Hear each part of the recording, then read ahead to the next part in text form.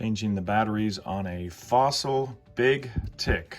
The back spins off. A tool like this helps. I disconnected the band so it'd be a little easier to work on. I pulled out this pin. In this watch there are 2 batteries, not 1. This big battery handles the seconds in the background. With a small screwdriver, pry up the brass tab in the middle. There's a little tab on the side. Just push it and release it open. Pull out the 2016 battery, the CR 2016.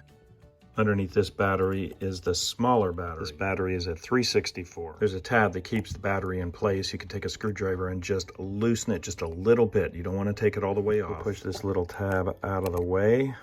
Remove the second battery. There's 2 batteries. This one handles the hour hand and the minute hand, and this one handles the display for the seconds. I find these batteries from Amazon work pretty good. The prices are a lot better, but you could get another Energizer or something like what it has originally. We'll place the new batteries in. Slide the tab over to hold the battery in place.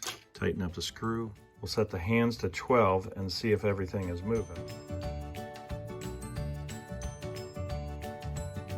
We know the minute hand is working because it went 5 minutes, but the second hand is not working because we don't have the battery in. Place the second battery into place. We'll push down the tab until it clicks in. Now when we flip it over, we can see the seconds are in the background, moving like they should.